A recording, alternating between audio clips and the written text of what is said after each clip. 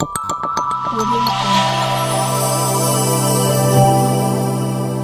Jungle.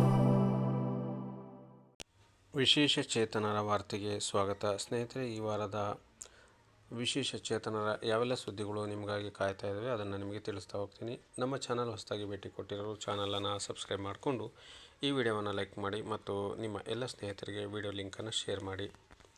ವಿಶ್ವ ಹಿರಿಯ ನಾಗರಿಕರ ದಿನಾಚರಣೆ ಅಂಗವಾಗಿ ಹಿರಿಯ ನಾಗರಿಕರ ಕ್ಷೇತ್ರದಲ್ಲಿ ಉತ್ತಮ ಸೇವೆ ಸಲ್ಲಿಸಿದವರಿಗೆ ರಾಜ್ಯ ಪ್ರಶಸ್ತಿ ನೀಡಲು ಅರ್ಜಿಯನ್ನು ಆಹ್ವಾನಿಸಲಾಗಿದೆ.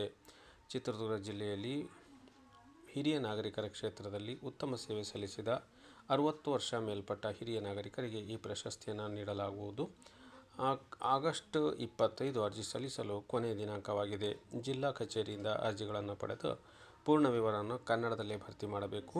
ಅದನ್ನು ಅಂಗವಿಕಲರ ಹಾಗೂ ಹಿರಿಯ ನಾಗರಿಕರ ಸಬಲೀಕರಣ ಇಲಾಖೆಗೆ ಸಲ್ಲಿಸಬೇಕು. ಹೆಚ್ಚಿನ ಮಾಹಿತಿಗಾಗಿ ದೂರವಾಣಿ ಸಂಖ್ಯೆ 08194 235284ಕ್ಕೆ ಸಂಪರ್ಕಿಸಬಹುದೆಂದು ಜಿಲ್ಲಾ ಅಂಗವಿಕಲ ಕಲ್ಯಾಣಾಧಿಕಾರಿಗಳಾದ ಜೆ. ವೈಶಾಲಿ ಅವರು ಪ್ರಕಟಣೆಯಲ್ಲಿ ತಿಳಿಸಿದ್ದಾರೆ. ಅದೇ ರೀತಿ ಮತ್ತೊಂದು ಸುದ್ದಿಯನ್ನು ನೋಡೋದಾದರೆ, ನಮ್ಮ ವಿದ್ಯಾರ್ಥಿಗಳಿಗೆ ಸಂಬಂಧಪಟ್ಟ ಸುದ್ದಿ. ವಿದ್ಯಾರ್ಥಿ ವೇತನಕ್ಕೆ ಚಿತ್ರದುರ್ಗ ಜಿಲ್ಲೆಯಲ್ಲಿ ಅರ್ಜಿಗಳನ್ನು ಆಹ್ವಾನ ಮಾಡಲಾಗಿದೆ. ಮೆಟ್ರಿಕ್ ಪೂರ್ವ ಹಾಗೂ ಮೆಟ್ರಿಕ್ ನಂತರದ ವಿದ್ಯಾರ್ಥಿ ವೇತನಕ್ಕೆ ಅಂಗವಿಕಲ ವಿದ್ಯಾರ್ಥಿಗಳಿಂದ ರಾಷ್ಟ್ರೀಯ ವಿದ್ಯಾರ್ಥಿ ವೇತನ ತಂತ್ರಾಂಶದ NSP ಪೋರ್ಟಲ್ ಮೂಲಕ ಅರ್ಜಿಗಳನ್ನು ಆಹ್ವಾನ ಮಾಡಲಾಗಿದೆ.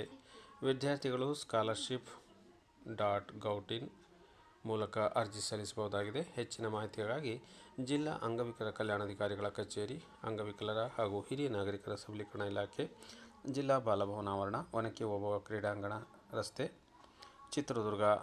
ದೂರವಾಣಿ ಸಂಖ್ಯೆ 08194 235284 ಈ ಒಂದು ದೂರವಾಣಿ ಸಂಖ್ಯೆಗೆ ಸಂಪರ್ಕಿಸಬಹುದು ಅಂತ ಹೇಳ್ಬಿಟ್ಟು ಪ್ರಕಟಣೆಯಲ್ಲಿ ತಿಳಿಸಲಾಗಿದೆ. ಹೆಚ್ಚಿನ ವಿದ್ಯಾರ್ಥಿಗಳು ಇದರ ಒಂದು ಸದುಪಯೋಗ ಪಡೆದುಕೊಳ್ಳಬೇಕಾಗಿ ವಿನಂತಿ. ಸ್ನೇಹಿತರೆ, ಮತ್ತೊಂದು ಸುದ್ದಿ ಬೆಂಗಳೂರಿನಿಂದ ಬರ್ತಾ ಇದೆ. ಅದು ಅಂಧರ ಪಾಸಿಗೆ ಬೆಲೆ ನೀಡದ ವಜ್ರ ನಿರ್ವಾಹಕರು ಎಂಬ ತಲೆಹಬರದೊಂದಿಗೆ ದಿನಪತ್ರಿಕೆಯಲ್ಲಿ ಸುದ್ದಿಯನ್ನು ಪ್ರಕಟಿಸಲಾಗಿದೆ. BMTC ವಜ್ರ ಬಸ್ಸುಗಳಲ್ಲಿ ಅಂಧ ಪ್ರಯಾಣಿಕರು ಪ್ರಯಾಣಿಸಲು ಅವಕಾಶ ನೀಡಿ ಸಂಚಾರ ವ್ಯವಸ್ಥಾಪಕರು ಹೊರಡಿಸಿರುವ ಆದೇಶವನ್ನು BMTC ಬಸ್ ನಿರ್ವಾಹಕರೇ ಪಾಲನೆ ಮಾಡುತ್ತಿಲ್ಲ. ಅಂಧ ಪ್ರಯಾಣಿಕರು ವಜ್ರ ಬಸ್ ಹತ್ತಿದರೆ ಇಳಿಸುತ್ತಿದ್ದಾರೆ, ಇಲ್ಲವೇ ಟಿಕೆಟ್ ದರ ಪಡೆಯುತ್ತಿದ್ದಾರೆ. ಹೆಬ್ಬಾಳಕ್ಕೆ ಬರಲು ಟಿನ್ ಫ್ಯಾಕ್ಸ್ ರಿಯಲ್ ವೋಲ್ವೋ ಬಸ್ ಹತ್ತಿದೆ. ಕಂಡಕ್ಟರ್ಗೆ ಬಸ್ ಪಾಸ್ ತೋರಿಸಿದರೂ ಪಾಸ್ ಆಗಲ್ಲ, ದುಡ್ಡು ಕೊಟ್ಟು ಟಿಕೆಟ್ ತೆಗೆದುಕೊಂಡು ಇಲ್ಲದಿದ್ದರೆ ಇಳಿ ಎಂದು ಹೇಳಿದರು. ಈ ಬಸ್ಸುಗಳಿಗೆ ಅನ್ವಯವಾಗುತ್ತದೆ ಎಂದು ಹೇಳಿದೆ. ಎಲ್ಲಿದೆ ಸುತ್ತೋಲೆ ತೋರಿಸು ಎಂದು ದಬಾಯಿಸಿದರು. ಸುತ್ತೋಲೆ ನಾವಲ್ಲ, ನೀವು ಇಟ್ಕೊಳ್ಳಬೇಕು ಎಂದು ನಾನು ಉತ್ತರಿಸಿದೆ. ನನ್ನ ಬಳಿ ಪಾಸ್ ಇರುವಾಗ ಯಾಕೆ ದುಡ್ಡು ಕೊಡಬೇಕು ಎಂದು ಟಿಕೆಟ್ ದರ ಪಾವತಿ ಮಾಡಲಿಲ್ಲ. ಮುಂದಿನ ನಿಲ್ದಾಣ ಕಸ್ತೂರಿ ನಗರಕ್ಕೆ ಬಂದಾಗ ಇಳಿಯಲು ಹೇಳಿದರು. ಅಲ್ಲಿ ಇಳಿದೆ ಎಂದು ಖಾಸಗಿ ಕಂಪನಿಯಲ್ಲಿ ಕೆಲಸ ಮಾಡುತ್ತಿರುವ ಸಂಪೂರ್ಣ ಅಂಧತ್ವ ಇರುವ ಸುರೇಶ್ ಅವರು ಪ್ರಜಾವಾಣಿ ಪತ್ರಿಕೆಗೆ ತಿಳಿಸಿರುತ್ತಾರೆ. ಇನ್ನೊಂದು ವಜ್ರ ಬಸ್ ಬಂತು, ಅದಕ್ಕೆ ಹತ್ತಿದೆ. ಆ ಬಸ್ನ ಕಂಡಕ್ಟರ್ ಕೂಡ ಒಪ್ಪದೆ ಟಿಕೆಟ್ ತೆಗೆದುಕೊಳ್ಳಲು ತಿಳಿಸಿದರು. ಇಲ್ಲಿಯೂ ಜಗಳವಾಡಿ ಇಳಿಯುವುದು ಬೇಡ ಎಂದು 30 ರೂಪಾಯಿ ಪಾವತಿಸಿ ಟಿಕೆಟ್ ತೆಗೆದುಕೊಂಡು ಸಂಚರಿಸಿದೆ. ಬೆಳಗ್ಗೆ ಕೆಲಸಕ್ಕೆ ಹೋಗುವಾಗ ಸಾಮಾನ್ಯ ಬಸ್ಸುಗಳು ಬೇಕಾದಷ್ಟು ಇರ್ತವೆ, ಸಾಮಾನ್ಯ ಬಸ್ಸುಗಳಲ್ಲೇ ಹೋಗುತ್ತೇವೆ. ಸಂಜೆ ವಾಪಸ್ ಬರುವಾಗ 10ಕ್ಕೆ ವೋಲ್ವೋ ಬಸ್ಸುಗಳು ಬಂದರೆ ಒಂದು ಸಾಮಾನ್ಯ ಬಸ್ ಬರುತ್ತದೆ.